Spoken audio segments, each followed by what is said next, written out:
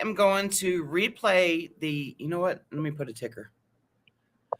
I'm going to replay the Westchester, Pennsylvania hearing that happened last night.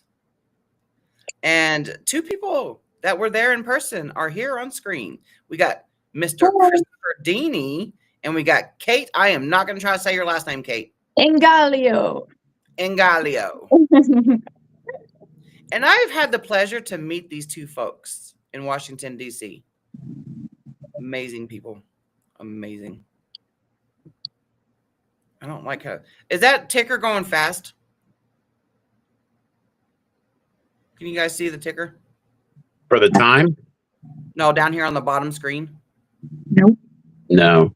Okay. It looks like it's going fast on my end. I don't like it when it speeds by.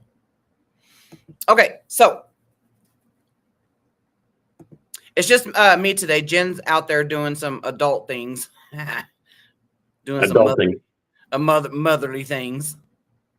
So, like I said, Chris and Kate, if you guys want me to stop the video so that you guys could talk about, I don't know, what you were feeling, you know, or if you want to testify some more, just let me know. Just say, hey. All right. Hey, what's up, Jeff?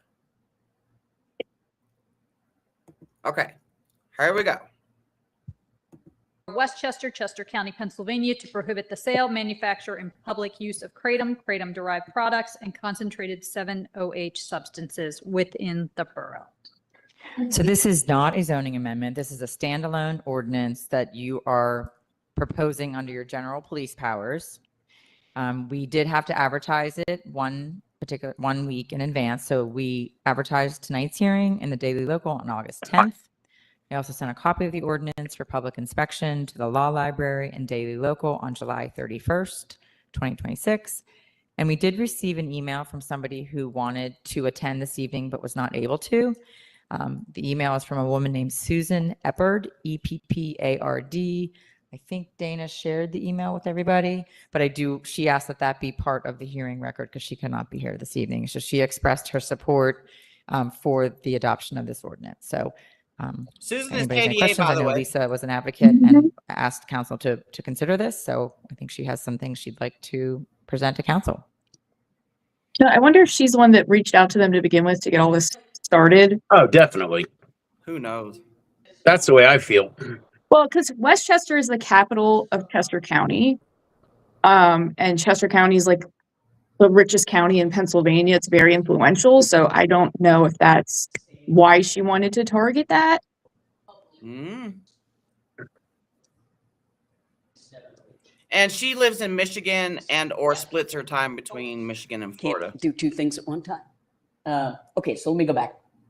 It prohibits basically the sale and public use of kratom and 7-OH in the borough.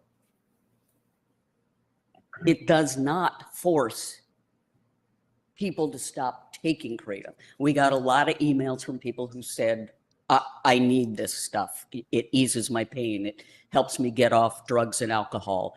I don't know that any of them were from Westchester, but if you need it, you can still get it. You just can't buy it in Westchester. And you can still use it in Westchester. You can still possess it in Westchester. You just can't possess it for sale or buy it here. That's in there. So what is kratom? It's an unregulated, unapproved, unsafe, untested, addictive substance that's already resulted in 15 deaths in Chester County. There was some in the email, a distinction between both.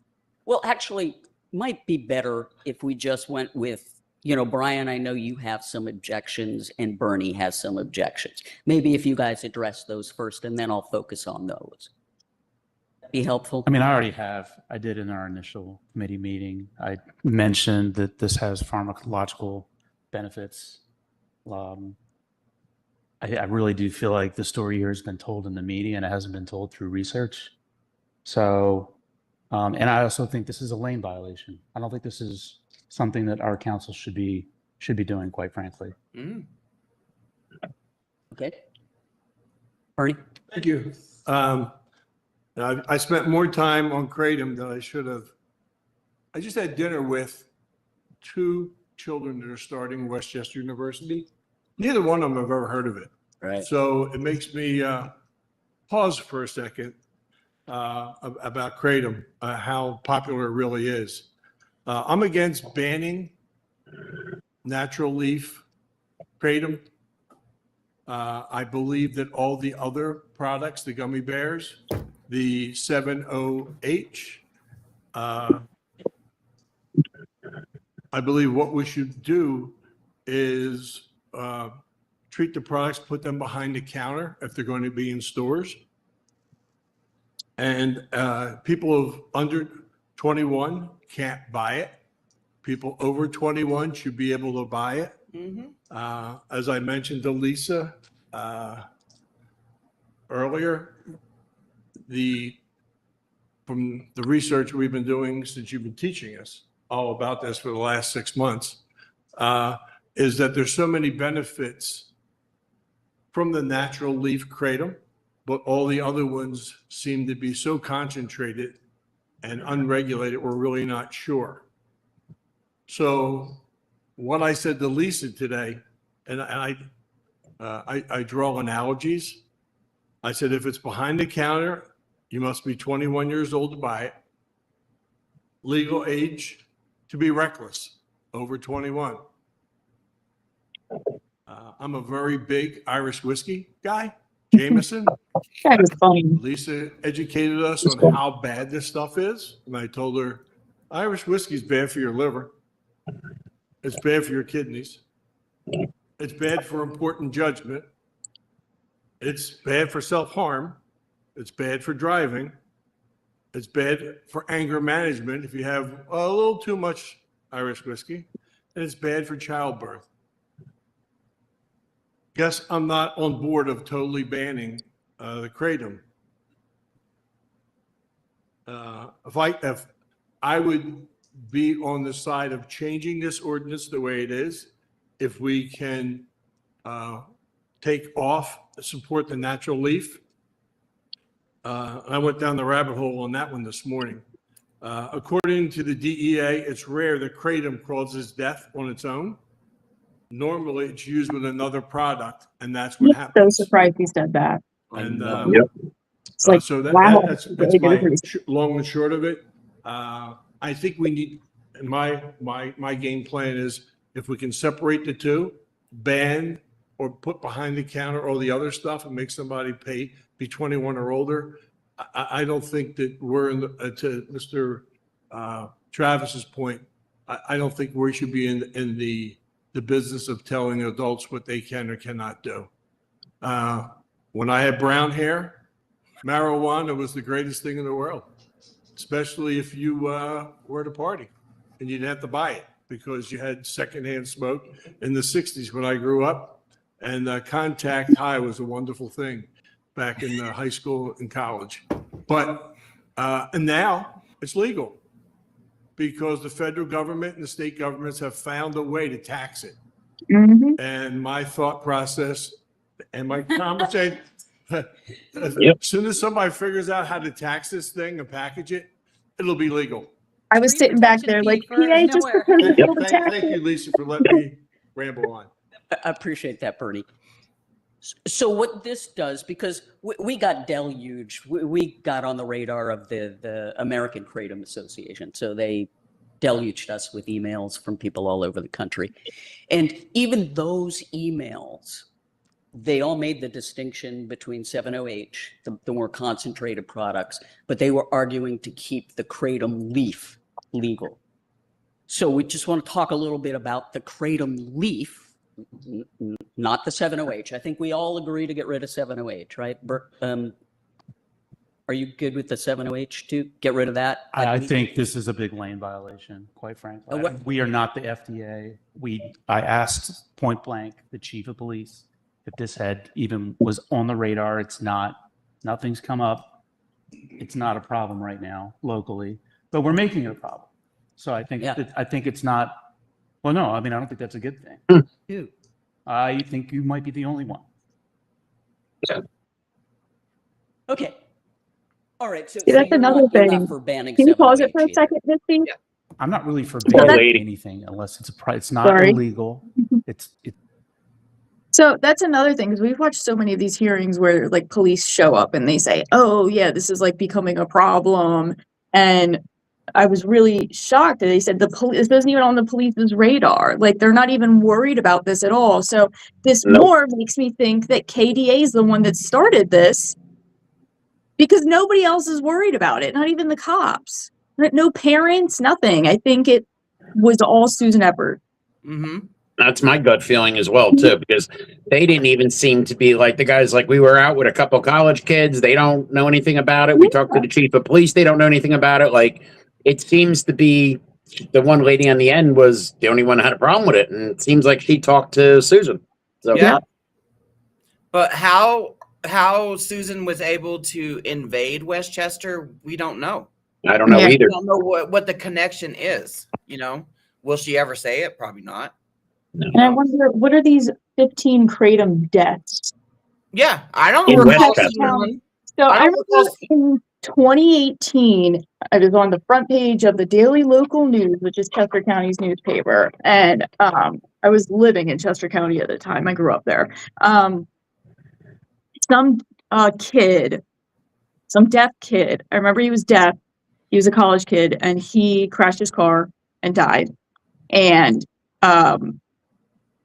the media was saying that he overdosed on kratom while he was driving. That's why he crashed. And the parents sued the company that he bought the kratom from. And I don't know whatever happened with that, but I remember letting everybody know on social media and got in touch with the AKA, and we're like, oh, you gotta, email the Daily Local and correct them on this information. Because back then, whenever there was stuff in the news about kratom, all the kratom advocates would email the editor of the newspaper to correct them. Yep. Well, we do that now. I mean, we still do that today. Yeah, but I don't know what ever happened to that. I don't want to look it up on my work computer. Oh yeah. So that happened in 2018. That was 2018. So I'm like, what are these other kratom deaths that they're talking about? You looking it up, Chris? Yeah. Yeah, Shannon. We just started like 12 minutes ago. We're watching the Westchester Borough, Pennsylvania hearing that happened last night, where Chris and Kate went in person. I'm just gonna look it up anyway. Okay, yeah, Caleb Sturgis. Oh, he was 25. He wasn't a college kid. Okay, so I got that wrong. But yeah, it was ruled an acute tragedy and intoxication, kratom overdose. Crashed on the PA Turnpike when he suffered a fatal heart attack caused by kratom. I remember that case because I found kratom in 2019, and I remember that case like newly into my kratom journey. Okay, yeah. So his parents sued SoCal Herbal Remedies.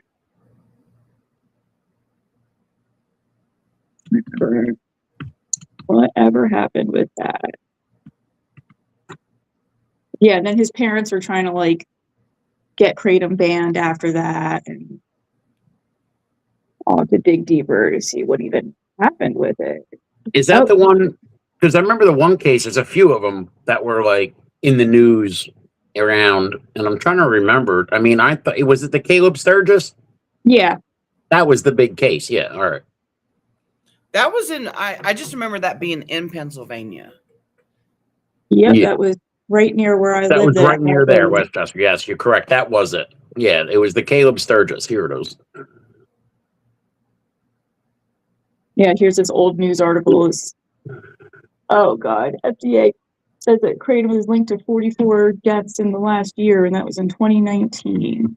Those 44 deaths were debunked. It's just... So I can't stand it whenever I hear legislators talk about that. They were debunked. Yeah, that's some old news, definitely. Yep, 100%. I can't find what happened with the lawsuit, though. But that's the thing. No, I looked. I couldn't see any details afterwards. That's the funny part.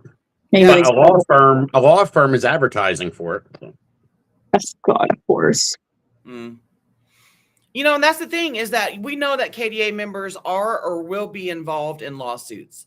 You know, so my question to them is, what are you going to do if, big if, you win that lawsuit afterwards? What are you going to do? Are you going to continue advocating? Are you going to think that you're going to go live on a beach somewhere? Like, what are you going to do? You know?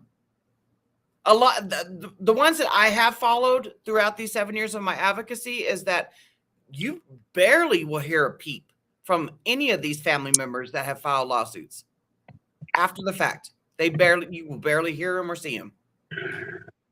What, because it gets dropped? No, it's like that $11 million lawsuit that happened in Florida. Did they win?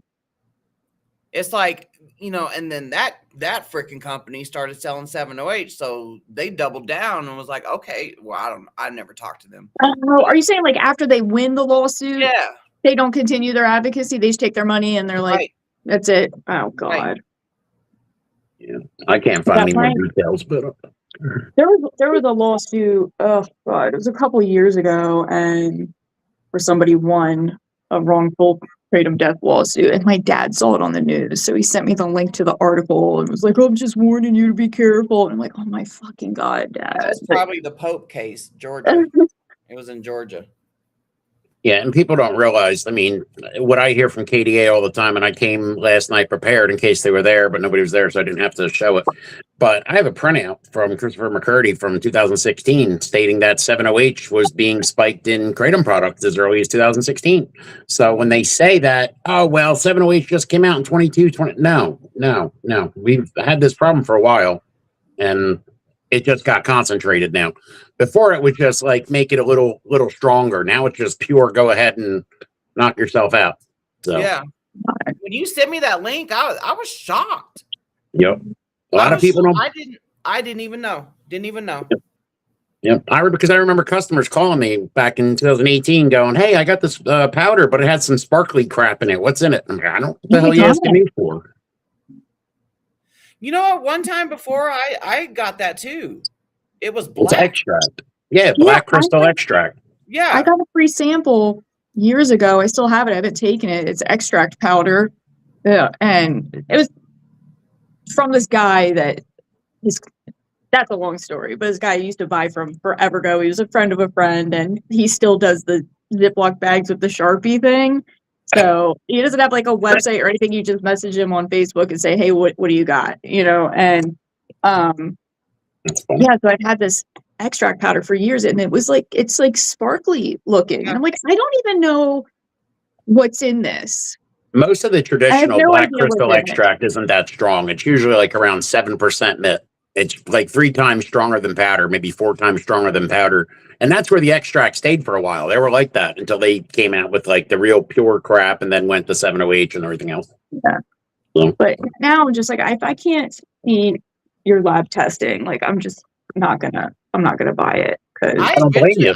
I took it one time, and I remember because me and my daughters were going to the aquarium, and I took it before that, and I got the wobbles so bad. Oh, they suck. So freaking bad. Really?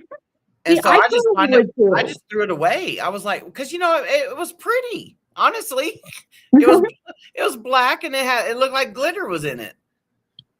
Yeah, that's what mine looked like. Well, I still have it in my kitchen somewhere. But I would totally get the wobbles if I took an extract. I would definitely get the wobbles. If I take like a whole tablespoon at once, I get the wobbles. I got to do like a teaspoon. Yeah, the only time I use extracts is on like bad days, and I'll use it in conjunction with powder, not by itself ever. So. Yeah, Shannon, I agree with you. She says they're going to get that money and be done with it. I bet that's all they give a shit about is the money. It's insane. Yeah. And then Radner says, I'm assuming you say good. Good extract tastes so bad. I don't know. I'm a powder girly. Yeah. Yeah, me too. I'm not a girly, but Yeah, I thought about trying it. Like for days that I have really, really bad back pain, I'm like, oh, I wonder if I should try an extract. I'm like, I would puke. I couldn't handle it, even if it was just a little bit. Like Yeah. Okay, I'm gonna press play. All right. It's not a problem according to the chief of police. One of my neighbors works at Chester County Hospital. She didn't know what it was. Therein lies the problem. People don't know what it is, and they think it's safe because it's on the shelves.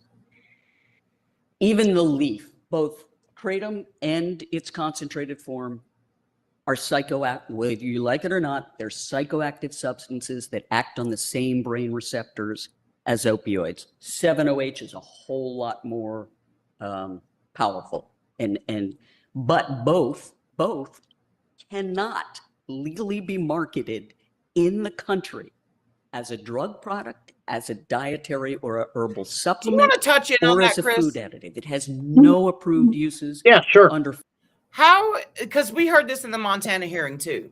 You know, I did address it when I was there a little bit, but under 21 CFR 111, and Todd has said this numerous times, anything that's put into the supply is, that you're eating is regulated whether you like it or not.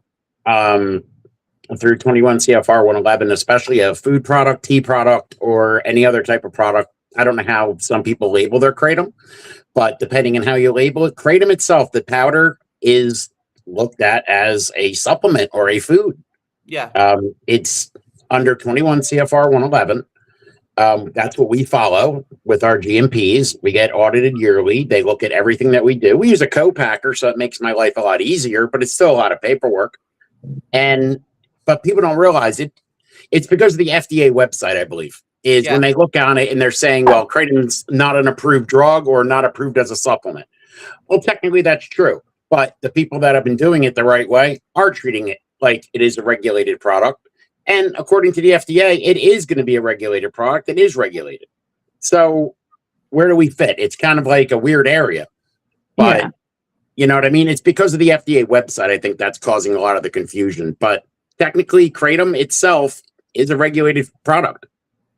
And it's like, and then they talk about the FDA import alert and all that stuff. And it's like, you remember the Sebastian Guthrie case in California? Yeah. They seized his product, but they turned around and gave it back to him.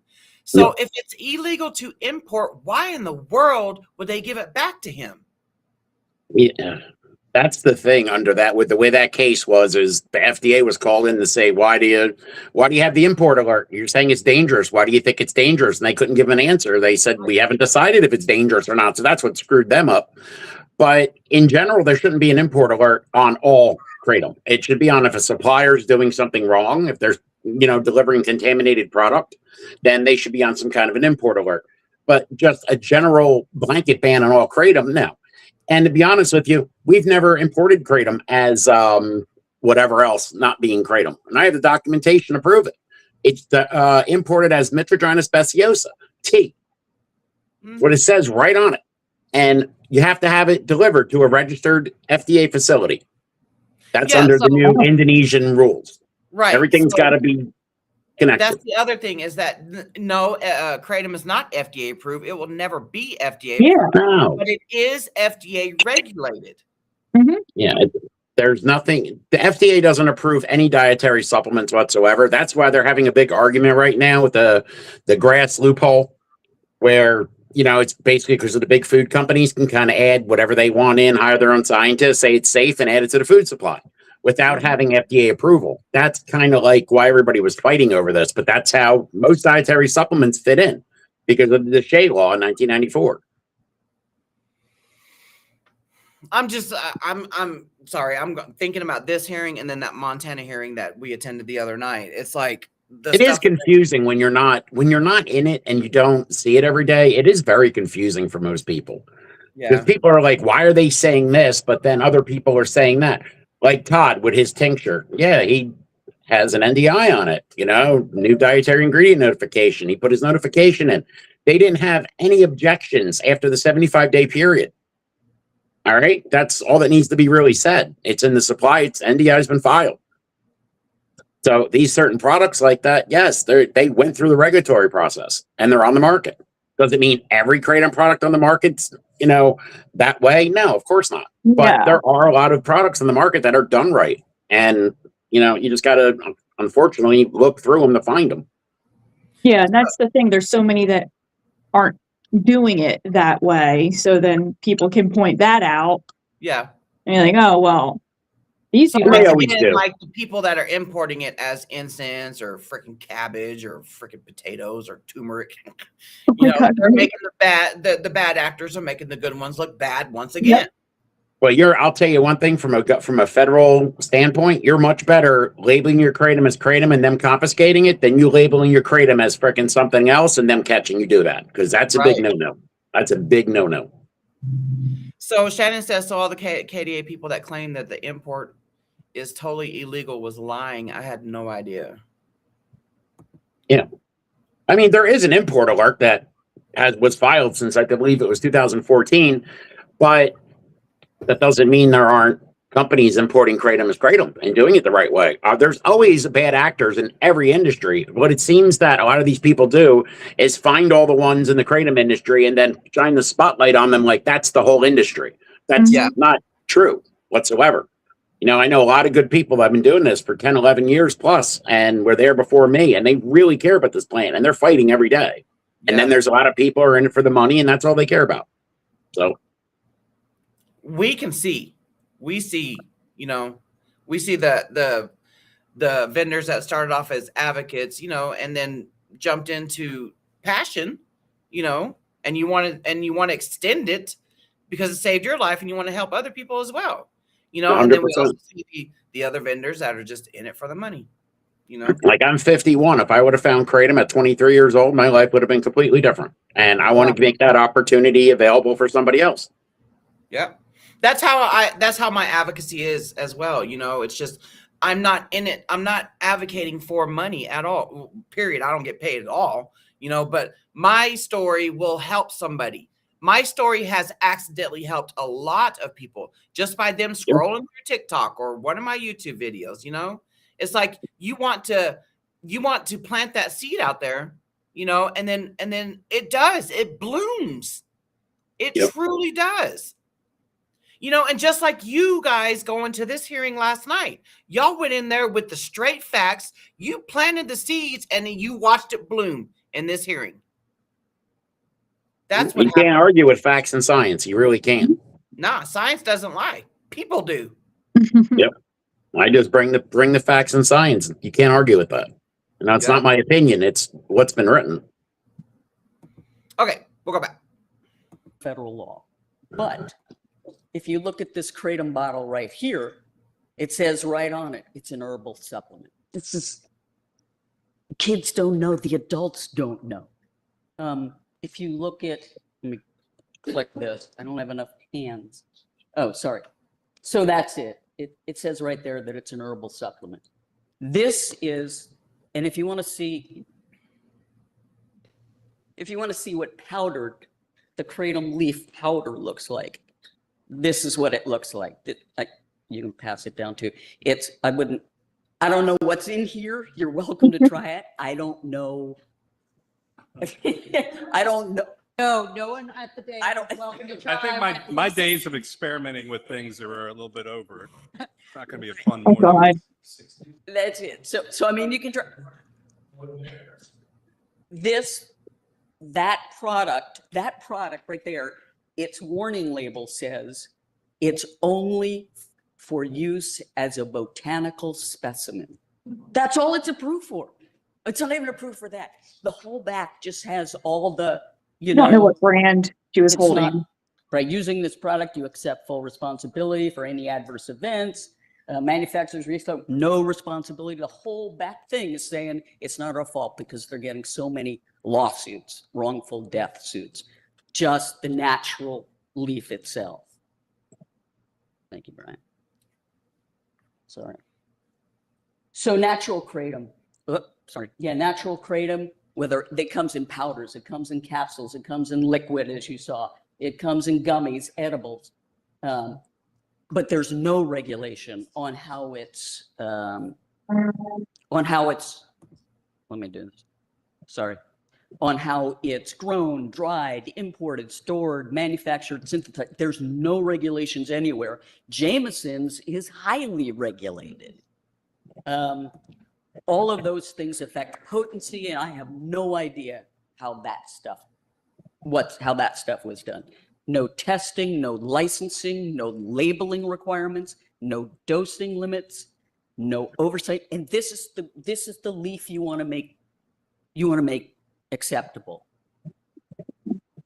Has no approved uses. It's already been banned in at least 10 states and all these countries and more. And one of the biggest places where this is grown, it's grown in Southeast Asia. It's not grown in the US. It's all imported, as a matter of fact. And yet, if the FDA and the DEA see it as imported, they will confiscate it. If you can't import it, but they only have a handful of inspectors. This shows, oh, sorry, I'm not keeping up here. All right, yeah, Lisa. All right, I'm moving, okay. But this is new information for you guys, so I think it's relevant. This is from the American Kratom Association. This is the $5 million pro-kratom industry lobbying group. Their whole reason for being is to lobby to keep kratom legal. The states in red are the ones that's banned. The ones in purple are actually now red. There's 10 states that are it's banned in. The blue we'll talk about. Those are the ones that have adopted what a lot of these emails we got suggest, which is the other regulation that's called the Kratom Consumer Protection Act.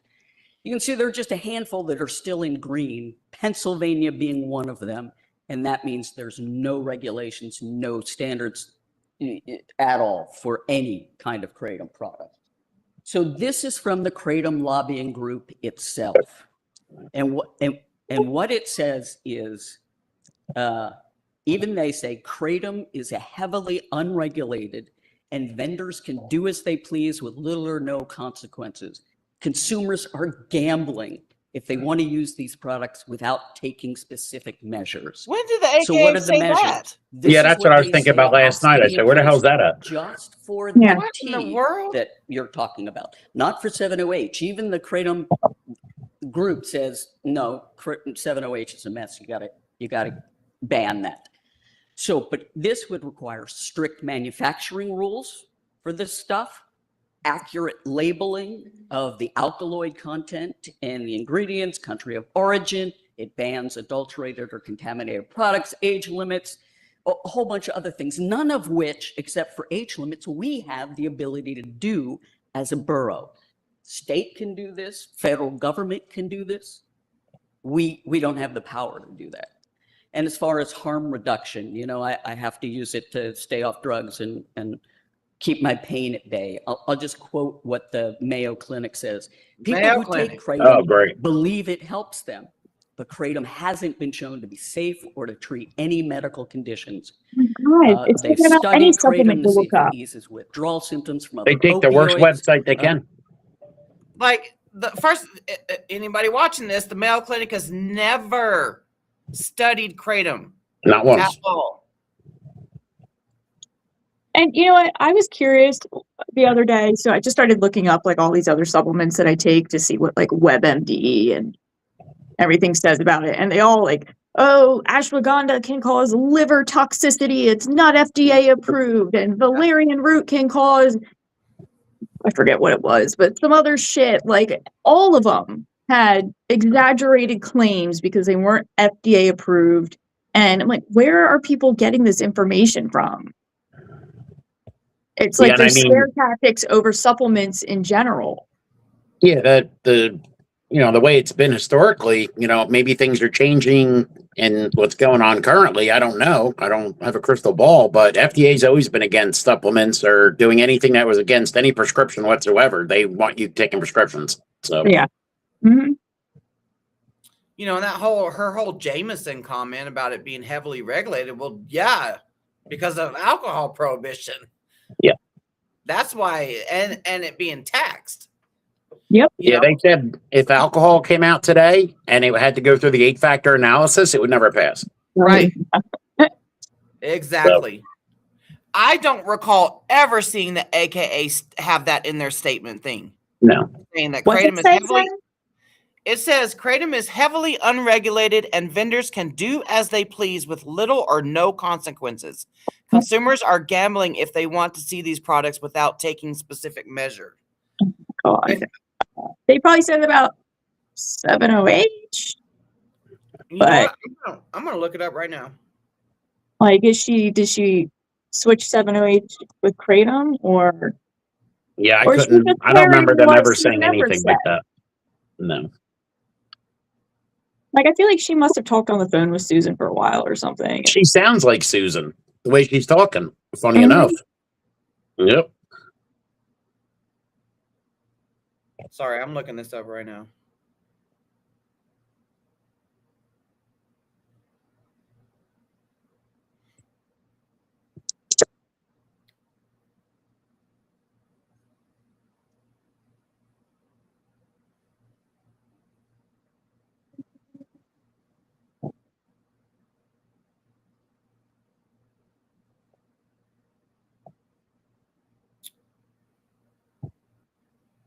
It's not even the AKA, it's that kratom.org.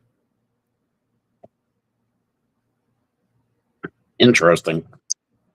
Which I never know who ran that .org. Yeah, I don't know either. So it says, this is what Chat GPT is good for. GPT.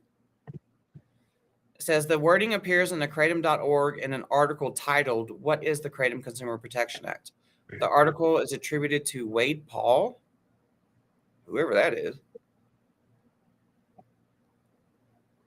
Yeah, I know it's been around for a while. I don't know who runs it though.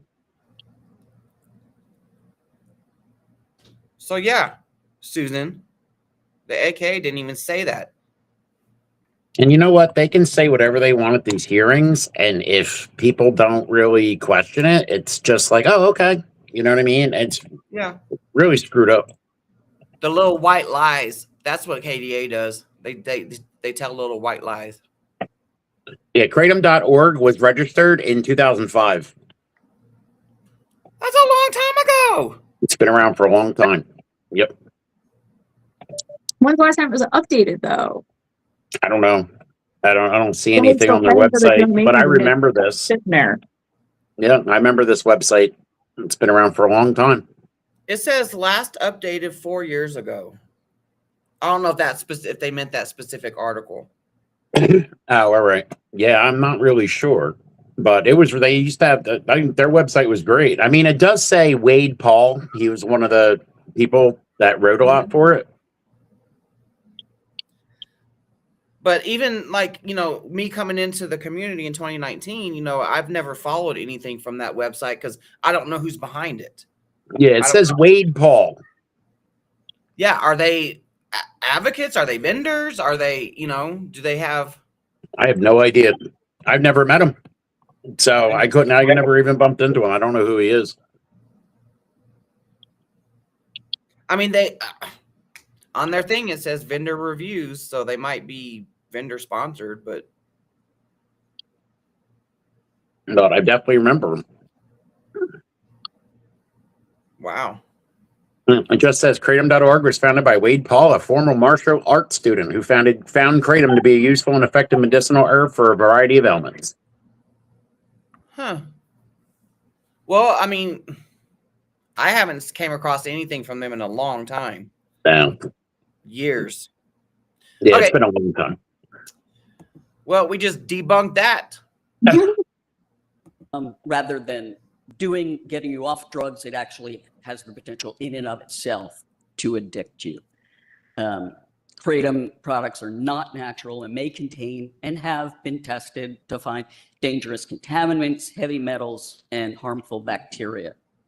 I hear people say that anything that grows out of the ground has metals in it. So Lisa, that's kind of your answer to the question that Bernie had with regards to natural leaf. So I mean, you've kind of had your rebuttal. Really 2 minutes. I swear, 2 minutes. As I said, we got a whole bunch of pro-kratom emails, and I want to be fair and show those. But even they, if you read that last line, even these folks want regulations, things we don't have the ability to put in place. But you can Again, same thing. This one is kratom's a natural tea leaf, kind of like what Bernie was saying. Yeah. Okay. All right. So yeah. So we got a bunch of pro kratom emails. We got a bunch of anti kratom emails from a variety of people. Maybe one once lived in Westchester, as far as I read. Yeah, I think doesn't even live here now. So Was that you? So I think the question is, and we've heard from It two probably was folks, Kate. other than you, Lisa, at this point in time, that have questions about the ordinance as written, if nothing more than that. Let's see, are there any other questions, comments from any of those that have not spoken yet? Kind of torn by this, And then we'll because I kind of agree with the notion that Brian made, which is this is an FDA, DEA kind of thing, and natural supplements are not regulated really in this country. But I'm not sure that that's really a role. I'm kind of, I haven't come to grips with that this is something we should be doing. I appreciate that I think it should be banned, but I'm not sure that this is the place for it. Respect Lisa's compassion for this topic, but I think the ordinance as is goes too far, and that I would continue to allow at least leaf kratom, and I would eliminate the severe penalties for carrying it or anyone being found carrying kratom in the borough of Westchester. I think that's over. There are no penalties for that. Well, I understand there are penalties Not for carrying. in the ordinance. Yeah. No. It says All right, public my use. misinterpretation then, but I think it has unintended consequences to those who do use it. All of us have received emails with compassion. I received a few that wish to be entered as testimony, but I understand that that's not allowed. Email is not allowed as a testimony from previous. But I think unlike a quasi judicial hearing like the Westchester University Master Plan, that's a conditional use. That's a judicial hearing. This is a legislative hearing. So you did receive and you can consider those. They're not part of the record necessarily because I didn't get them all, but you can consider them in your in your decision. You are acting as a legislator right now on whether you think this is a good law or not. So all of your constituents or emails, you're allowed to consider all that. I will forward those that requested to be included in the testimony. But otherwise, I feel the ordinance is too strong, and it should be, leaf kratom at least should be protected, trying to be a balance with Lisa's compassionate concern. Thank you. McGinnis, do you have any thoughts here? Yeah, I mean, I do have a couple questions. Do we know if this has or currently is being sold in the borough? Yeah. Okay. Thank you. Sorry. The answer was yes. I bought this stuff in Westchester. Mm-hmm. No, I mean, I've read about the side effects. I've read about what it can be used for. We don't know what's in it. Right. And that's where I'm torn. I mean, I kind of agree with Mr. Flynn that there should be an age restriction on one hand, but then banning the 7OH on the other. That's kind of where I'm at. And I think that maybe if we do move forward with this ordinance, then we could come back and amend it after we have more information. Kratom, just the leaf, contains 7OH as well. That's one of the two components in it. It's just not as concentrated as, I didn't bring any 7OH. So where we seem to be We were right sitting in the now back of the is, park and skip Lisa, a walk too. from what I'm hearing, as the ordinance is written, it will not, I don't hear enough support for it. I think if, depending on your perspective, no, we'll of course we'll get to the public. I know there's a couple people going amen and stuff back. We'll get to you, promise. But I just kind of want to set the tone of where we are. As of this time, I'm writing down kind of what people are saying, and it sounds like there are at least 4, probably 5, at least. I'm leaving myself out. I'm playing agnostic right now. that would not vote for the ordinance as it is written with including the leaf in there. You possibly could get 4 if we take out the leaf and just focus in on 70H. Take out the leaf, focus. The ban, it's a ban. So yes. So you don't want, so take out the leaf, leave the 70H in there. So I guess my question for you is that something you're amenable to? If it is, then I think at the end of the day, we'd still have to do voting and stuff, and then you would have to take it back. If nobody wants to make a motion to do anything with it, you could just table it, and you could give direction to go ahead and amend it in that fashion, and we would go back to the drawing board and we would have to amend it. And I would definitely need to be educated on how we go about doing that, because I don't know enough about the product to know taking leaf out. What does that mean?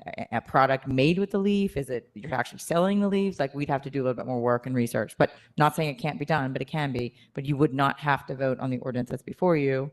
You could simply give direction to amend it, just like we did on the zoning amendment. If we were going to not vote on the zoning amendment, we could have taken it back and tabled it and then revised it. So that's the direction. I guess make a motion to that effect. I think it's just going to be really hard because there's no way to know how concentrated these things are unless they're labeled. It's too complicated to ban all of If we it. vote right now, Outlook not so good says Magic 8 Ball for this ordinance. So I guess, so that if that's okay, you'd rather, because I don't know how it would work. I don't know. I just want to say something. As lawmakers, on something like this, we require our agents to enforce this. So whether it's an agent of the police or whether it's codes enforcement, we're talking about simplifying this thing by splintering, taking some of it out, putting some of it in. I strongly suggest that if we have some unified, I'm not just saying no to this does not mean I'm supporting it in terms of kratom. I'm not a kratom supporter, but I think this is a bad idea. Okay, so I think it's just a bad idea. By putting something like this into law, we talked about it for 40 minutes. Could you imagine trying to enforce something like this? It'd be much easier because it's going to be complicated. If you ask for a kratom, it's going to be completely complicated. And quite frankly, it's up to the state. You showed a state map. It was color coded. it is up to I think if we showed our lack of support, but potentially, or the potential for danger, especially with the concentrated, lobbied our local government. There's elections coming up. People want to be elected. They want to glom onto issues that are getting traction. I think that is our avenue. I don't think that the avenue is in this room, quite frankly. That is my strongly worded opinion, but that's how I feel. Wait for a second. Well, you can't be agnostic all the time. I can in this instance because right now there are 5 people that do not want to vote for the ordinance. As a straw poll, we have 2 no and 3 want to remove the leaf. Yeah. Okay, Lisa's fully in favor of it. Yes. So The question for Lisa is, Well, I would hear the other person. Obviously, what I think it'd be very difficult to. Yeah. okay. All right, come on down, sir. I know you're ready to say something. I do want to say that I think everyone should read the back of that package. Just read it. It doesn't sound too enticing. Let's put it that way as a word, but. Oh, if you read that, the Tylenol. Do you know? I would not take Tylenol. If you watch any pharmaceutical commercial ever these days, The side effects were like crazy. But all of that is so highly regulated. All of She that is kept saying regulated. that. Supplements are really not regulated. I think that's a statewide issue, and I think it should be banned. I don't- think the leaf I should be agree. banned too. I don't think they should be separate. But I think it's a statewide issue that should be, it should be coming from the top up there. okay, sir. Yes, state your name, your I'm gonna address, interrupt you. and then. My name is Christopher Dini. I'm actually from Salem County over in New Jersey over the bridge. I have some family over here, so we're over here often visiting. But I just wanted to show you, that's kratom tea. I've been drinking kratom tea since 2015.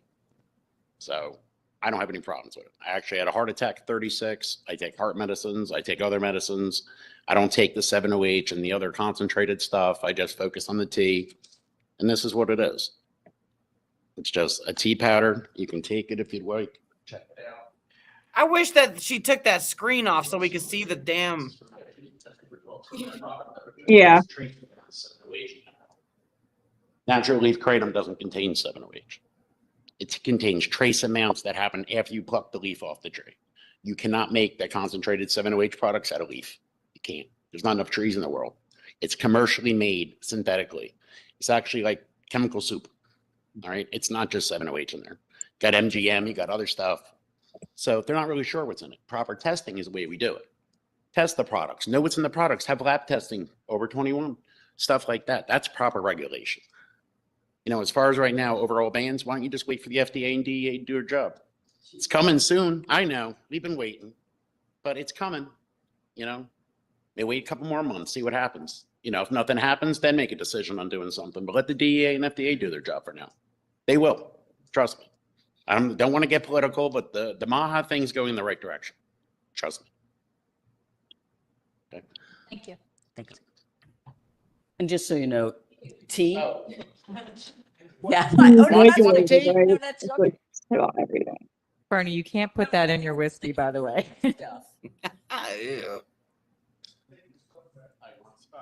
It'd make him stop drinking, though.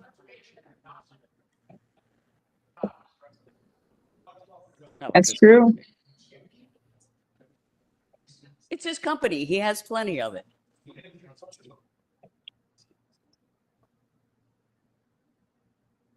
Where were you standing at that point, Chris? We can't hear you. What is it that you specifically take it What for? happened? What were you saying when you walked up to the what's it called, a dais?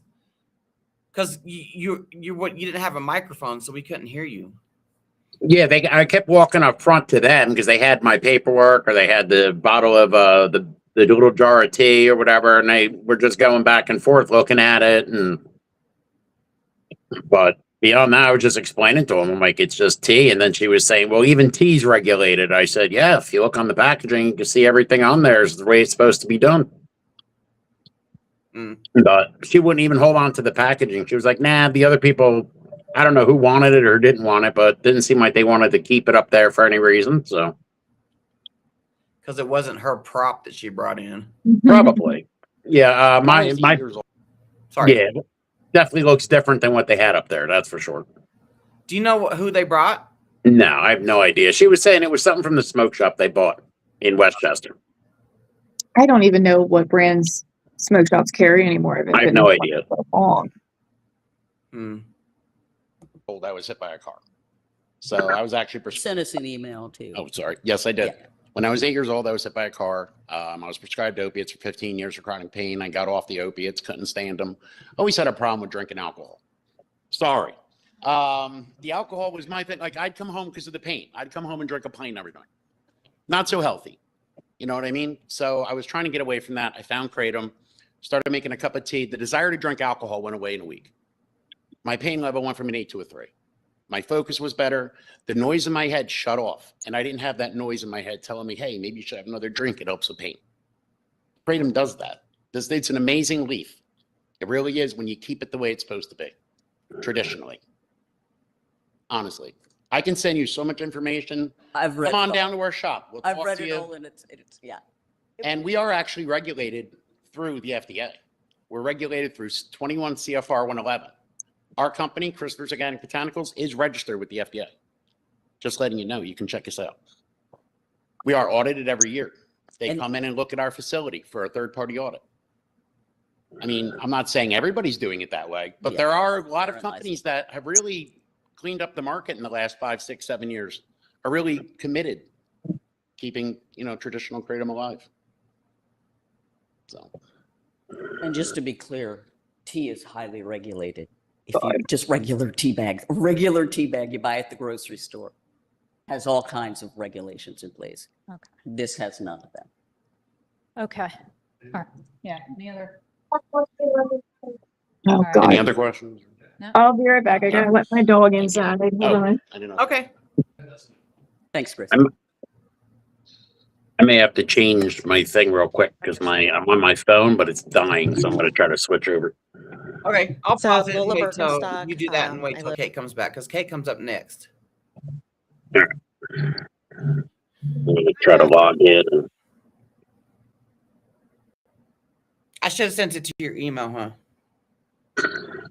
No, it's all right. I got it. I'll get it here in a minute.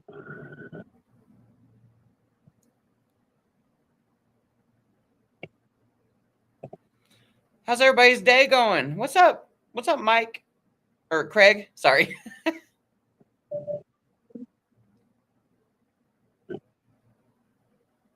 Super fun quiz time.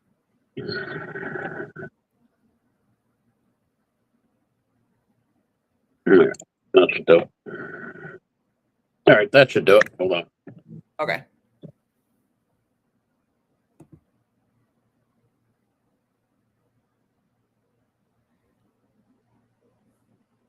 There he is. Okay, let me take your phone one off the screen. There we go.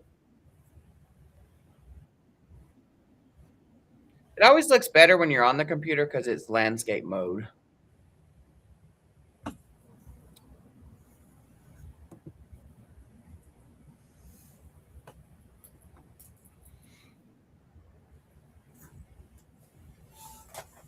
There we go. My phone's like so hot, it wouldn't even charge. Oh, wow. That's happened to me a couple times too. I couldn't hear you. Can you hear me now? Let me see. Does this work? Can you hear me? I can hear you. Yeah, I can't hear you. That's very weird. Hold on. Let's switch this back over. All right, now we're good. You good? All right. Okay. Good. Sorry, guys. I work from home and I'm watching the kid and I got the dogs. I got so many distractions. It's okay. Chris had to change from his phone to his computer anyway, so I figured I'd pause it. Wait till you came back because you're up next. I know. Oh my God. Okay. Here we go. at 309 West Washington Yeah, Street. guys, We go. actually have a I'm gonna meet store it. Go, go, that go. sells kratom at the corner of New and West Washington Street. Oh wait, We you're also right next. It have was this kids lady. that get off the bus at, New and West Washington Street. We have St. Agnes. We have Veterans Memorial Park. We have a library. It's a convenience store. I urge you, Brian, to come over, visit our store. It's got sodas, drinks, and it's got cranium. It's got all of these other items. It's a cranium. I would like to know how you would feel if it was in your backyard and how. One across the street from me, Excuse me? a smoke shop across the street from me that has a sign that says kratom. As well as I do. Neighborhoods. Right. So, I think we have, or you guys would have a responsibility, at least to implement some type of ordinance, at least to protect our children. There's cigarettes. You can't purchase them if you're under the age of 21. So the basics, to have an age limit, I think is necessary. Thank you for coming up again and supporting my idea. I love my ideas because they're mine. I love mine too. So Yeah. that's where, The fact of the matter is, I wanted to put everything behind the counter. If you heard my little speech that I read, Yep. everything behind the counter that would have kratom anywhere near it or in it, around it. And they would have to prove that they are at least 21 years old to purchase it. And it's out of the reach of the children when they come in. Now they can stand there and gaze at it. Right. Those things are all possible. Mhm. When Wilson Good was mayor of the city of Philadelphia, I was on the anti-graffiti task force and we banned spray cans. Yeah. And we banned spray cans in Philadelphia and in the counties. So those things are possible to do. It just, the way this ordinance is written right now, I can't get behind it the way it's written. So. Well, let me ask this, but Kristen, are all those things possible for us to do as borough council members, like in the borough to say that kratom has to, like the age limit and all of those things? That's stuff we can do. We don't. You legally can do that. Whether or not And it can be Radnor- enforced Radnor well is implemented another that in question. 2022. I'm sorry. Radnor has an ordinance and it's been implemented since 2020. That does stuff like this. So Lisa, But we take how a do you look at something. enforce that? How do you enforce? I think that? you take it back and you re-examine. I just don't think Yeah, you vote on it tonight. You enforce somebody using 21 years old? No, that's easy. Yeah. No, it's the manufacturing. Oh, that, you can't control that. Well, that's what I mean. The Yeah, behind the yeah. counter, or at least to What are make you gonna it. do behind the like- counter? Yeah. I think we're looking for a good compromise here. I think So. so too. The behind the counter, maybe focus on 70H, the other stuff behind the counter. Maybe we kind of, take it back and. So on I doing- originally proposed a resolution for this and potentially regulating it and not banning it. Because we don't know enough about it, and that's really hard for us to do. Hi guys, my name's Kate Galio. I'm 33 years old and I've been consuming kratom for 11 years for chronic pain. Excuse me. Since this is being recorded, can you spell your first and last name so we have it on record? All right. Sorry, I'm so nervous. I hate public speaking. It's just us. Don't be nervous. Caitlin and Galio. He might have a tie on right now, but he's got shorts on. Oh my God. And then you stood up. He did. He stood up and showed me his shorts. Oh. Okay. All right. It's We had a good Italian, one. so bear with me. My first name is Caitlin, Katelyn. My last name is Ingalio, Ingaglio.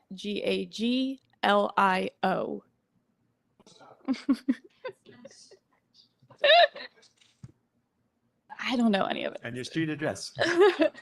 Anyway, so I'm 33 Provide your years street old. address, though. I live in Lancaster County, but I did go to Westchester University.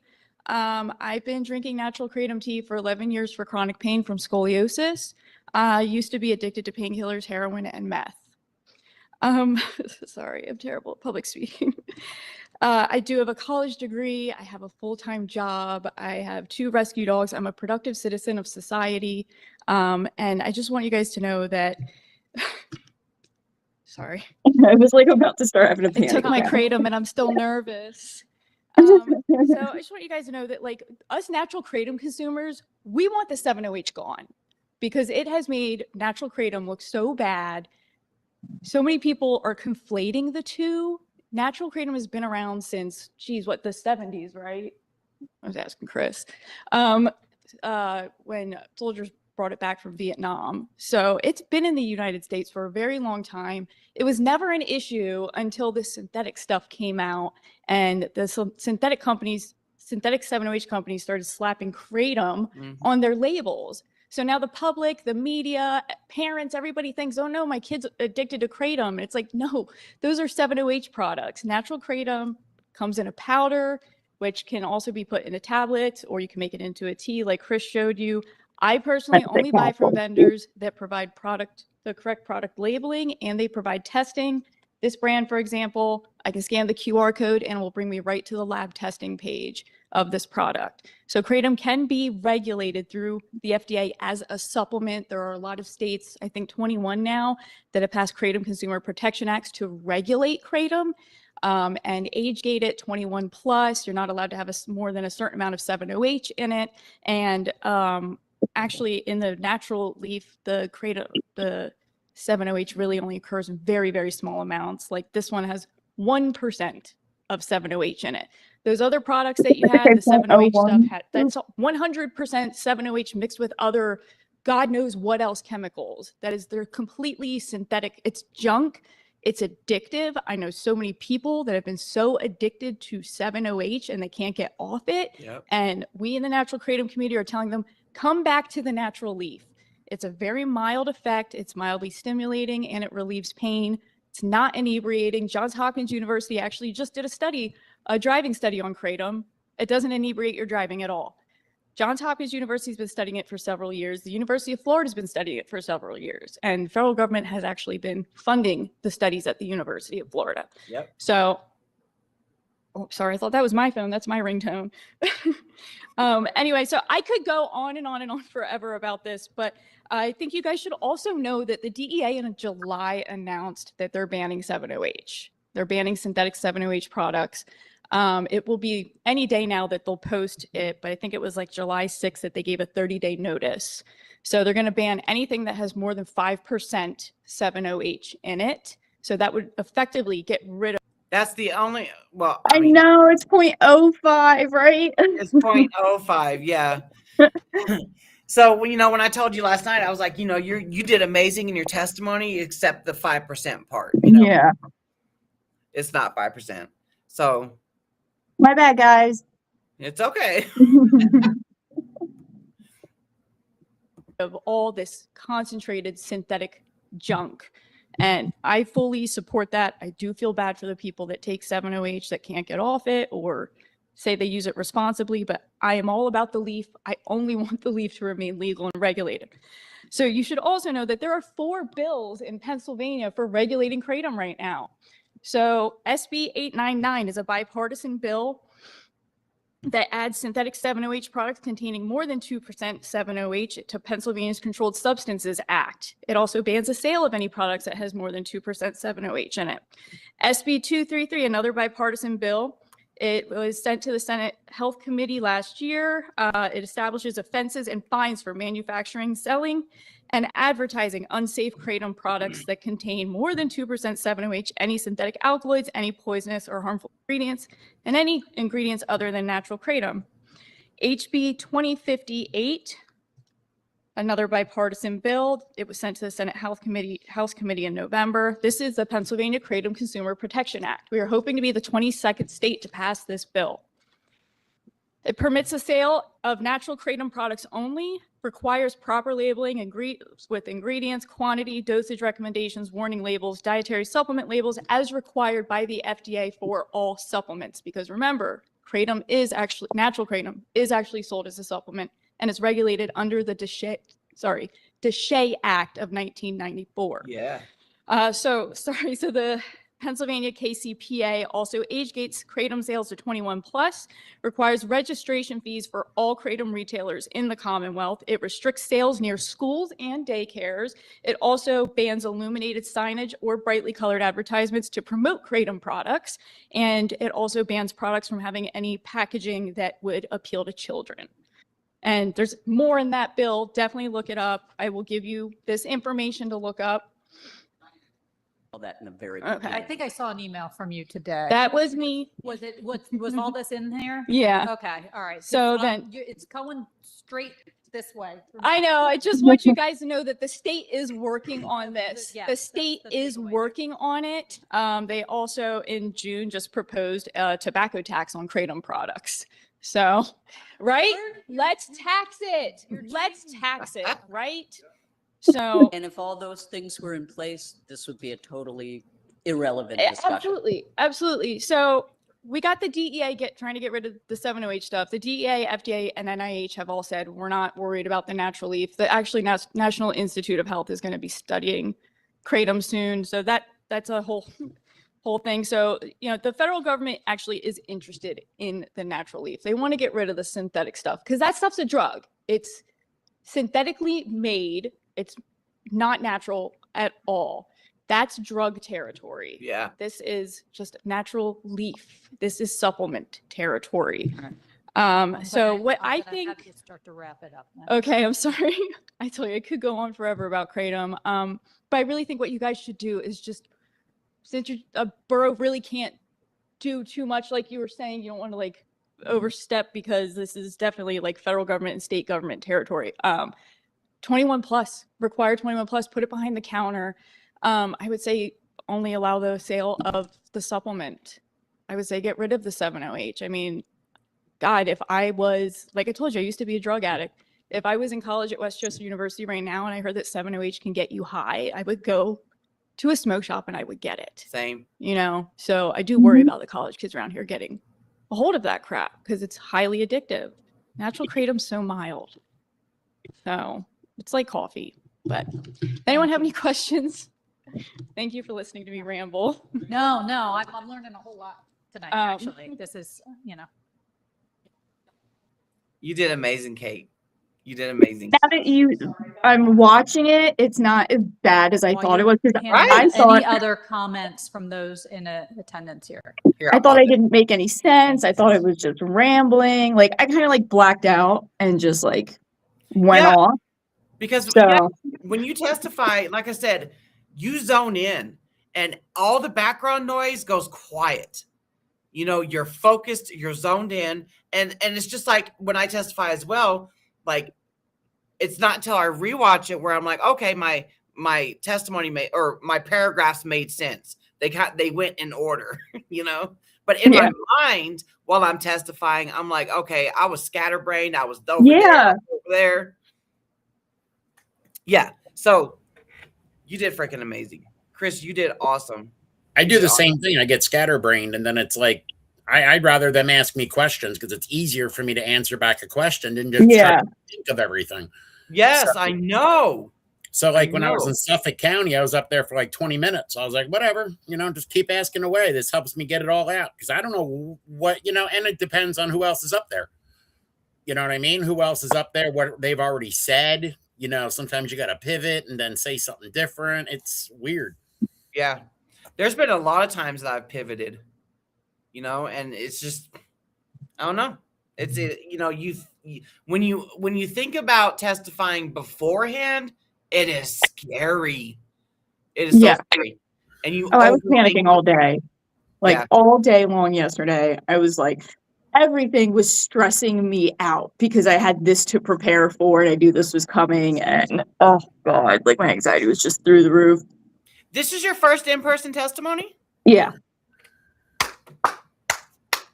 You did amazing. You did amazing. I didn't realize it was your first. That's awesome. Yeah. Well, yeah. I mean, she was in DC with us, so she kind of like was able to pop her cherry there. Yeah. I guess I had a little practice there. Yeah, that's true. Oh, but I've learned a lot since then. I mean, all this stuff about the Shea Act and supplements and how like some people are following FDA regulations for kratom. Like I only just learned all that stuff maybe in the last 6 months. Yeah.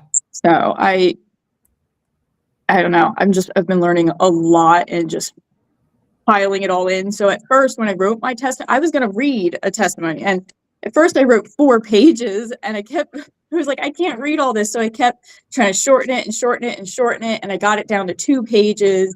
And it was still, I just felt like it was too long. I'm like, oh my God, there's just so much to say. It's become such an overly complicated issue because of the 708 crap. Yeah. You know, and most of the time I will read my testimony from my phone when I'm testifying. But there's been plenty of times that I just freestyle it, you know? Oh, I freestyled that. I didn't even read off my paper, even though I practiced and everything. I just got up there and blacked out. Your paper was your pacifier. But you know what? Like, Dylan, Chris met Dylan, my fiance. Oh my God. Every day he hears me talking about shit every day. He is sick of hearing me go on and on about kratom. So I feel like I have a lot of practice with him. Yeah. I'm like, oh my God, I got to tell you what else happened now. And he's like, oh, here we go. And he takes kratom too. So I'm like, you should care. It helped him stop drinking 5 years ago. So I'm like, you should care. But I wanted him to get up and talk, but he was like, nope, I can't do it. And I'm like, okay.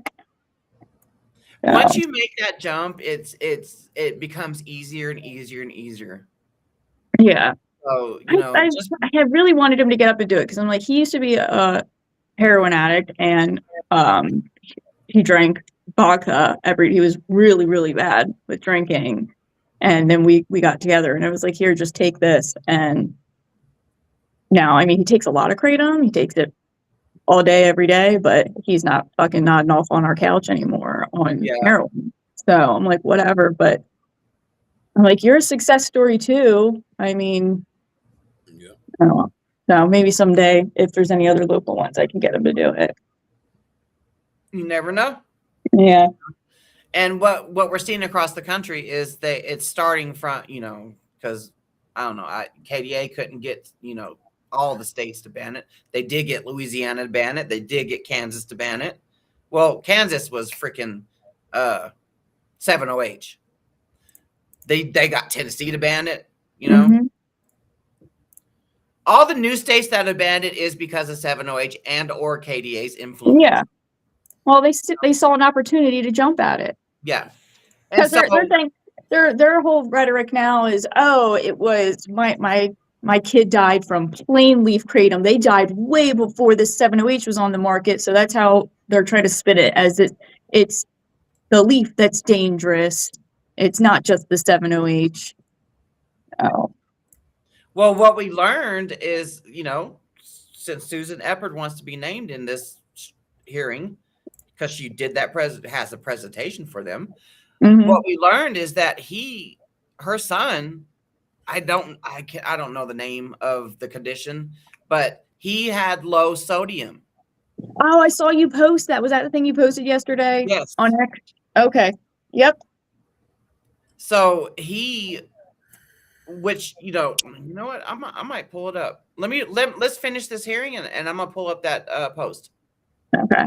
Because everybody needs to see it. And that's something she has never testified. She has never said that her son's electrolyte balance was way off. Interesting. Thank you. Thank you. Great. Gretchen Cole again, still on West Lafayette Street. And first of all, I, as somebody who takes an interest in events or issues that are taking place in other counties in our state. This lady just kind of rambled, and I didn't really interesting understand what she was saying. Same. Oh, no, How, she was funny. you know, the way that comments from outside the county and certainly outside the borough can carry, and certainly what one municipality does impacts others. With that said, you know, I thank you all for taking your time to really think this through and figure out the best way to go about it. And now for my personal testimony, I want to lead by saying that I have a kind of weird amount of sympathy for self-medication, because I know that there are people who, some of whom have shared tonight, and who I have been one of those people who just have really intractable, unresponsive conditions, whether it be a pain condition that doesn't respond to Western medicine, whether it be trauma or addiction, or a mental health.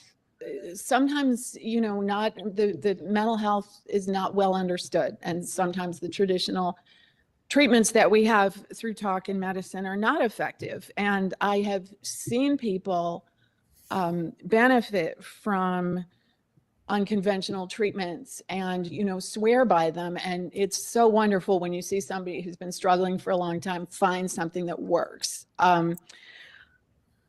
At the same time, it makes me think, or not opposed to that, but kind of along those same lines, it makes me think of the precedent of cocaine, which none of us are old enough to remember when cocaine was an ingredient of Coca-Cola. Yeah, I mean, people thought that was great stuff to hand around to everybody without too much information about what all was in it, make it taste really good. Ultimately, it was studied, and we now know how it can, some of those derivatives can be useful and how some of them can be extremely negative. In our own lifetimes, we've seen this same trajectory with marijuana, where it was, where there's still a lot of debate about it, but we seem to have landed, for the most part, again, how municipalities and locations affect each other. In this country, it's still kind of a patchwork, but it seems like a lot of people recognize the value of medical marijuana for certain conditions. And then we're, I think, beginning to see the same trajectory, you know, just to go nuts with ketamine, which started as a party drug and went into clinical trials not too long ago. And I personally know somebody who, I don't think I'm exaggerating to say this person's life was saved by I have to go the clinical I'll be back. trials of ketamine, partly because they had realized that it was the only thing that was managing their symptoms, and they were like buying it on the street corner, and it had who knows what in it. So clinical trials gave them a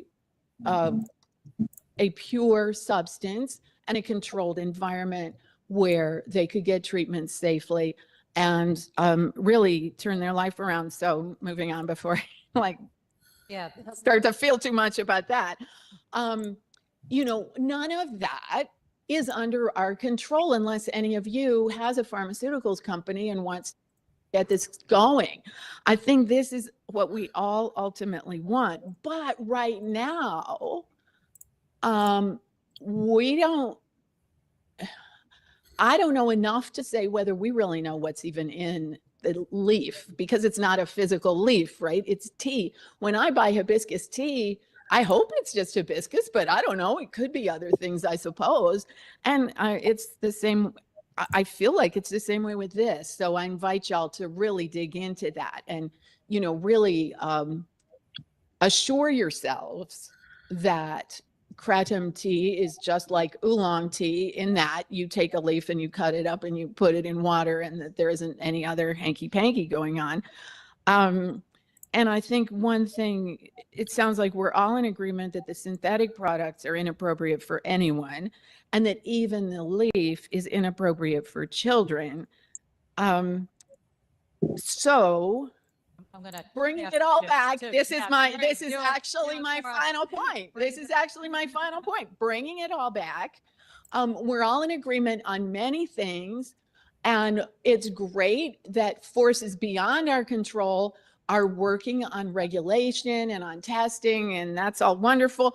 But until then, I really don't want kids jumping off the bus and grabbing kratom gummies. I just don't think that's a good look in our borough, and I don't think it's hard to enforce. You walk in the store, the product says kratom, it's out in the open. There's no control over it. That's against the law. You shut it down. And then that makes our borough and our borough's families just a little bit better protected while the greater world sorts out what it wants to do. So that is, you know, whatever the details of where y'all land, that's my encouragement. Thank you. All right. Anyone else? Bernie's hoping. Okay. So I think all of these comments that I have heard from everyone, and thank you guys for coming here tonight and you're providing your perspective and details and everything. I think, again, I've learned more. I've been Googling, but I've learned more. I watched the John Oliver episode too. If there's an episode on but it's informative as well. It's all informative. Point being though, Lisa, going back to what we were saying earlier, I do not think that this ordinance is passing as is tonight. Our options, it sounds like, is direct the solicitor to go back and just focus on natural leaf, direct this back to committee and maybe talk through it a little bit more and take into consideration all of the comments here with regards to some of the laws that we could also enact instead. Like if there's a ban to 7-OH and then some regulatory laws that we could put into place for the natural leaf and look at it there. Yeah, the behind the counter and those kinds of things. I feel like that's the direction that we're headed. Like it's not going to pass tonight from what I have told already. So if you guys are okay with it, my suggestion is to send, I mean, you don't know enough. I don't think we know enough. We don't have enough formulated to tell you to change the ordinance like this. There's not an answer yet. So I think we should send it back to committee and have one more discussion and put together a little bit more direction for the solicitor, and then come back at another time with something that maybe resembles some of the feedback that it sounds like we've heard from all sides, that gets rid of the really bad stuff and regulates the stuff that is useful for some. Okay. So what committee did this start? Was this in the ACT committee or what was public safety? All right, back to public safety it goes. Any objections? No, I think I can just tell people to do it. All right, so we got to close the hearing. And so the hearing is closed at 7:32 p.m. for that one. And we're going to open up the last. Send it back. Send it back, Jack. Yep, that was I it. think they realized it's just too complicated for them to even deal with. Like, I guess this lady, Lisa, whatever her name is, got Lisa Susan got Kearns. in her head, and she's like, "Oh, we should totally ban the sale of this here." And then she didn't realize the can of worms she opened. Mm-hmm. That Let me sounds show right. y'all. Let me show y'all Susan Eppert's son's thing. That opentruth.org has been an amazing website that is exposing all most of whatever autopsy FOIA request that they can get, they're exposing it. So let me show y'all. Do you know who runs that?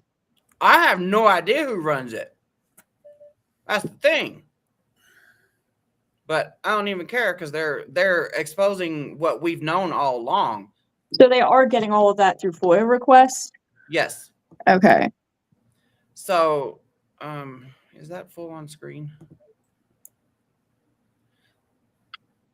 Okay. So, a fatal sodium crash, a swollen brain blamed entirely on a leaf. So it says Matthew J. Eller was a 22-year-old man who collapsed after playing cards and suffered a fatal seizure. The medical examiner ruled his death an accident caused by the toxic effects of metragenine. But the toxicology report sitting inside his own file revealed a profound, life-threatening crisis. A vitreous, if I'm gonna mispronounce it, whatever. Sodium level of 118 mmol per liter. A severe metabolic emergency known to cause sudden collapse, seizures, and brain swelling. So, what causes that? Water deaths. Anybody that you see or read about somebody overdosing on water and dying is because they threw their electrolyte balance off. I don't know if that's what happened with Matthew, but and there's also like other let's see. That is my dog's tail. Oh, what is that noise?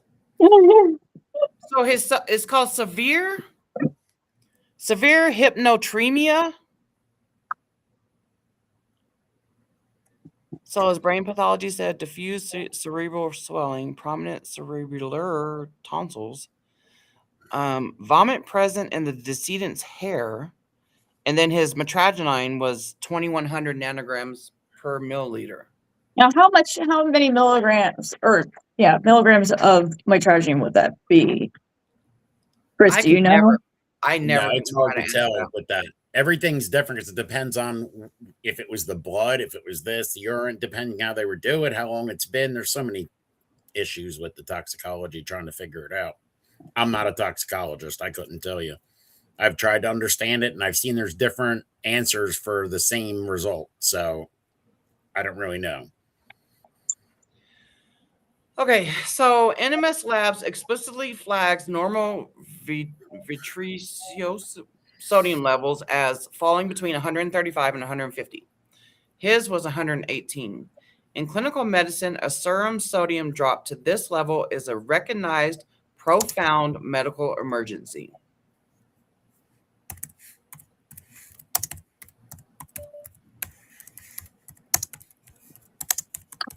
I just, she has never, ever mentioned that in any of her testimonies.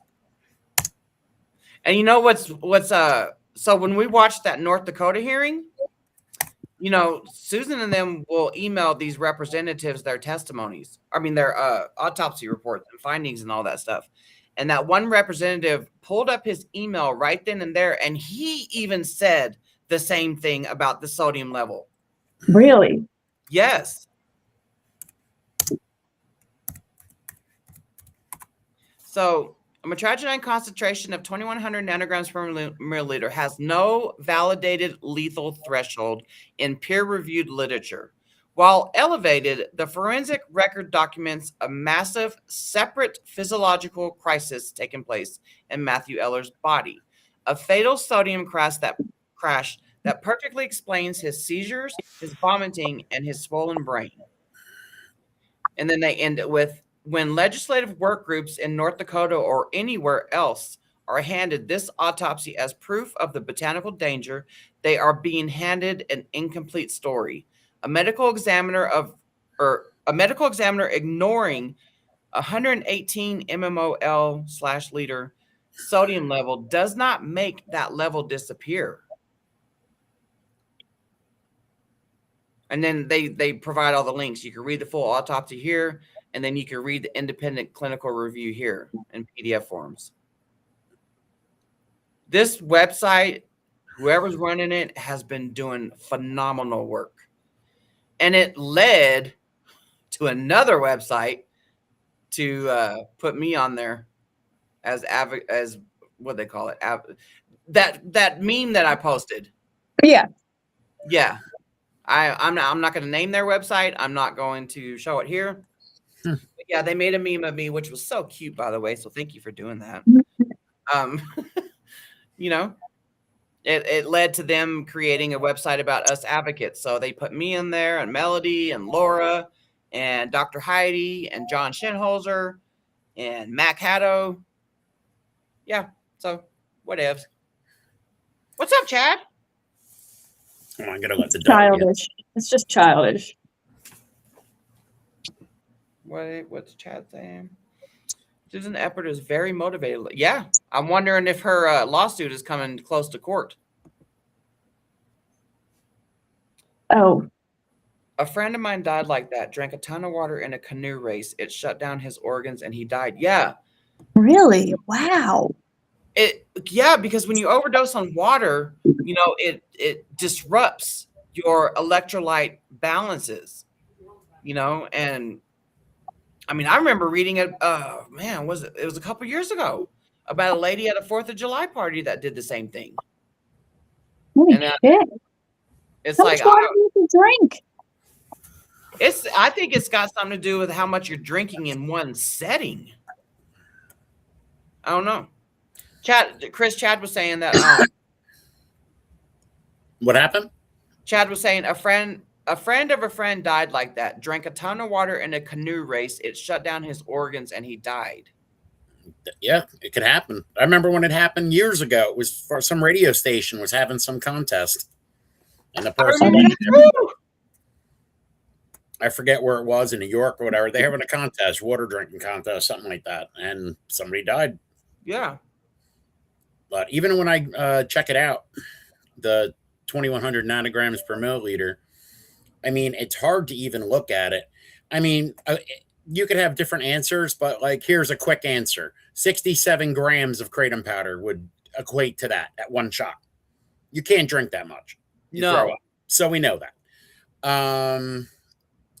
It would correspond roughly to 60 to 70 grams of ordinary leaf powder. Obviously, you can't drink that much, so something else is going on. It also depends on if the person is, had one time or it's been multiple times. If they have a regular consumption, their blood level is going to be higher. If they're, I don't know. How long does it stay in your system? Yeah, my blood level might be 1,500 every day. Who the hell knows? You know what I mean? Yeah. I have no idea. I'd like to do it just so I can have an answer for that.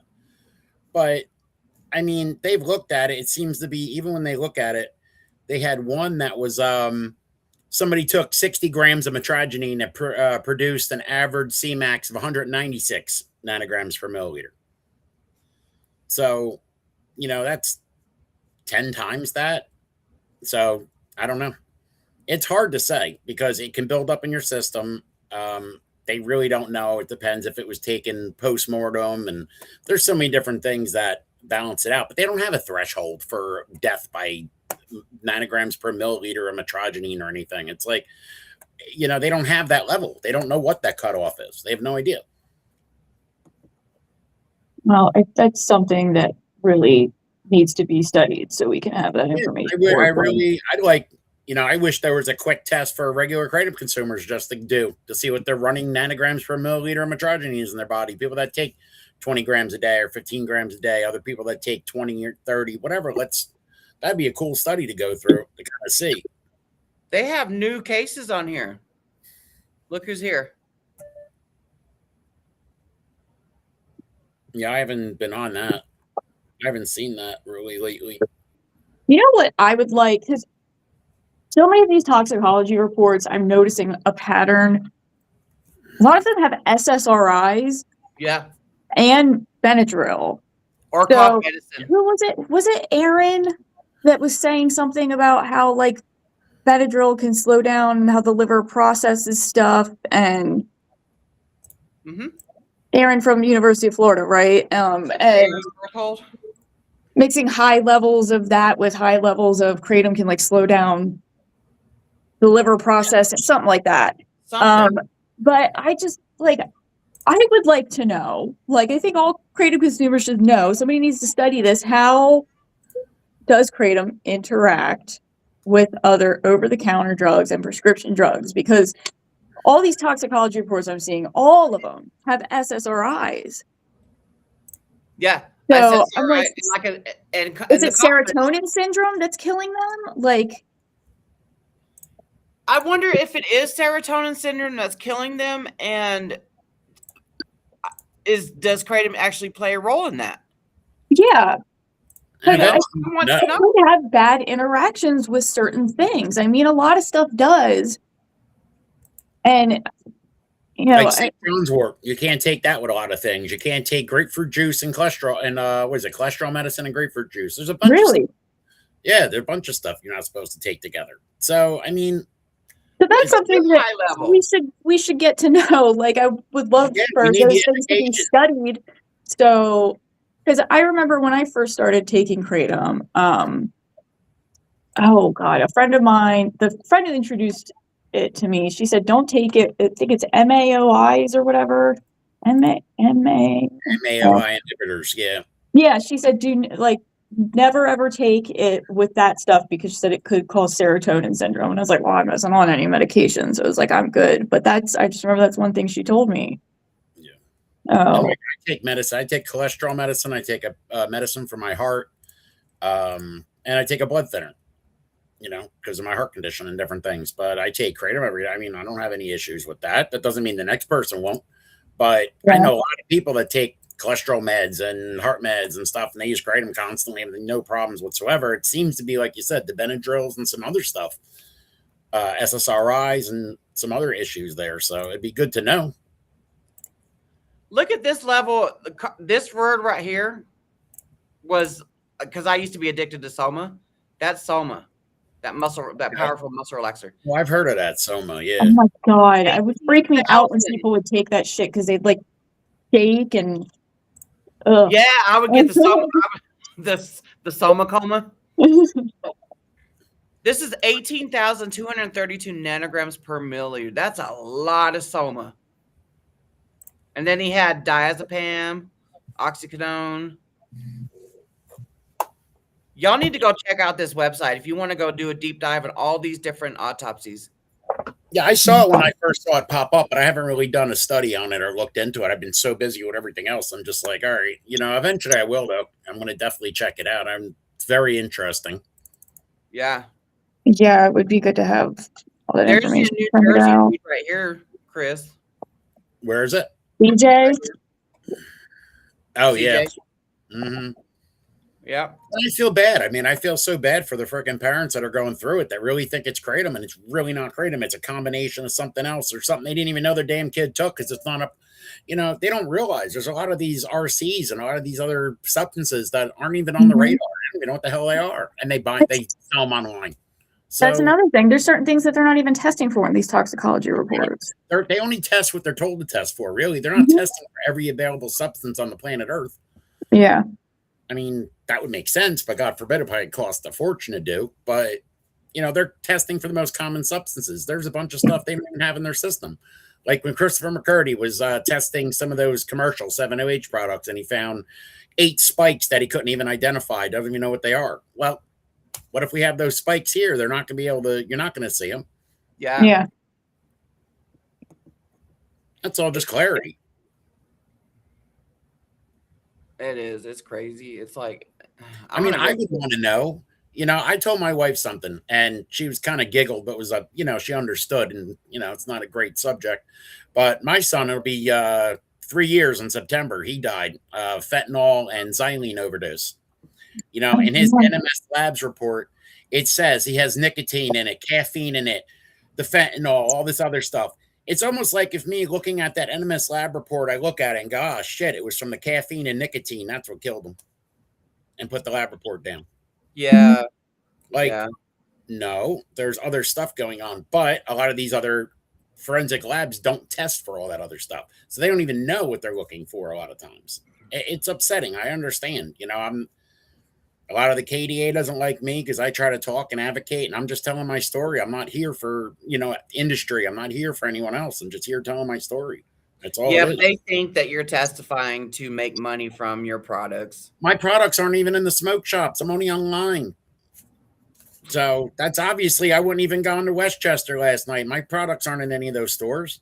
Yeah, that's a good point.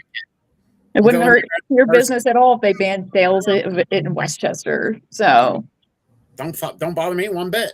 Doesn't affect my bottom line. What it affects is this person that is sorry, I just got a tornado warning. Oh fuck. Sorry. Coming in, by the way. If you're in PA, we got a lot of crap coming in tonight. We're gonna get the storm's getting real dark over here right now. We're gonna get hit tonight about 6:30. It looks like. I was just looking on the map. Oh, look at the radar. No, sorry, about 6 o'clock. So you guys are gonna get it soon.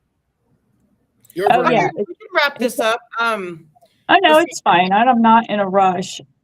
Tomorrow we are going to live stream the Georgia hearing. You guys, if you are in Georgia, you need to go to this hearing. It is a stacked deck against Mac.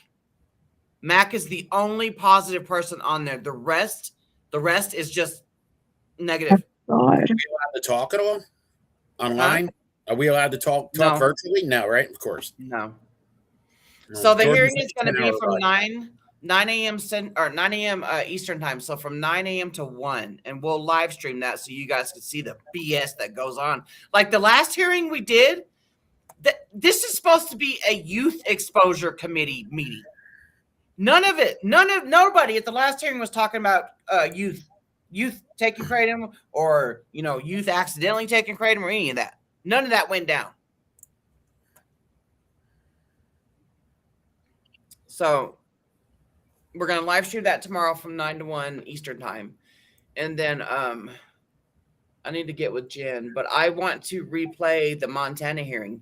You guys have got to see what all Montana hearing. I didn't even know about Montana. Like I knew that there was some movement going on in Montana, but I didn't know anything about a hearing. I'm sure when the AKA, when they go into legislation, I'm sure that's when the AKA will be like, all right, bring the troops, bring them. Yeah. Certain times, I know like certain hearings aren't as important as other hearings. So they don't want to throw everybody at one hearing when it's not really that important. And I understood that from doing this for 10, 11 years. Like some hearings are just whatever, you know, they're just talking. They're not going to make a decision today. So it doesn't matter. An email, a phone call is fine. But then towards the end, when things, you know, things don't look good or if they're not getting the proper information, then you show up and give them the proper information. Mm-hmm. I know the AKA is very strategic on some, like 99% of the stuff that they do. Yep. They're very strategic. So this was just, the Montana hearing was just an interim meeting to figure out which bill was going to be going through or what have you. But their legislation, I believe, goes into, they go back into session in January. Most states go into session in January. So right now would be the time for anybody and everybody to practice your testimonies now. You know, whenever Laura and Dr. Heidi and them schedule this, we're going to have an advocacy webinar training type thing. You know, you don't need to have the camera on if you don't want it. You can just come in and listen to our stories about what, you know, us testifying, our pointers that we might have, you know, all that stuff. So we're going to do that whenever Laura and Dr. Heidi establish a date. There's a funnel cloud like a couple miles away from my house. Stop it. Oh, shit. I was just watching videos last night about tornadoes. Oh, well. If I die, at least I did my testimony. I got it in. But you didn't die from kratom. I didn't. You know, she might get swooped up in the tornado and get impaled by something, but it wasn't kratom that killed her, y'all. You sure as hell have a tornado warning. I just saw it pop up on my thing until 5. Yeah. Yep. Man. Yeah, you're Okay. only about an hour away, so. Yeah. Wow. All right. We don't get tornadoes here. I mean, it'd be like little ones out in the country, but. That means I'll see it in about an hour. Yep. Get prepared. Go Oh duck no, and my cover. garden's gonna be destroyed. Fuck. Every time we have a freaking huge storm, we gotta go back up and tie things together because shit gets knocked down. Ugh, yeah. That's funny. Oh well. Yep, Be the damn same tornadoes. thing. Yep, damn tornadoes. Yeah, we had a category 3 a couple years ago over in Mullica Hill. You can Google it. Mullica Hill, New Jersey tornado. It was pretty bad. So we've had a Whoa. couple. Rebecca, you're in like Tornado Alley. Yeah, Oklahoma. No, I'm good with that. I'm sorry. Yeah. Oh yeah. Better No, be. thank you. Okay, well, thank you guys for going to testify last night. You guys killed it. You guys rocked it. You guys did your thing. Got it. So be Just prepared. whenever anything happens, give me a ring. I'll run over. Yep, be prepared. Missy, can you send me the recording Of this? of the hearing, just the hearing Yeah, that you recorded I'll last send night? Because I want to Yeah. keep that just for practice for any future stuff. Because hopefully more PA stuff doesn't pop up, but Oh, it I'll will. be there. We Mhm. always see this all the time. It'll cause a domino effect. Yeah, exactly. Just be ready. So I'm 45 minutes away from the Capitol. So Nice. yeah. Okay, Me well, too. thank you, Kate and Chris, for joining the stream. You got it. You guys have a good rest of your day and be safe with those damn tornadoes. All right. Everybody. See you Thanks, later. guys. See ya. Bye-bye.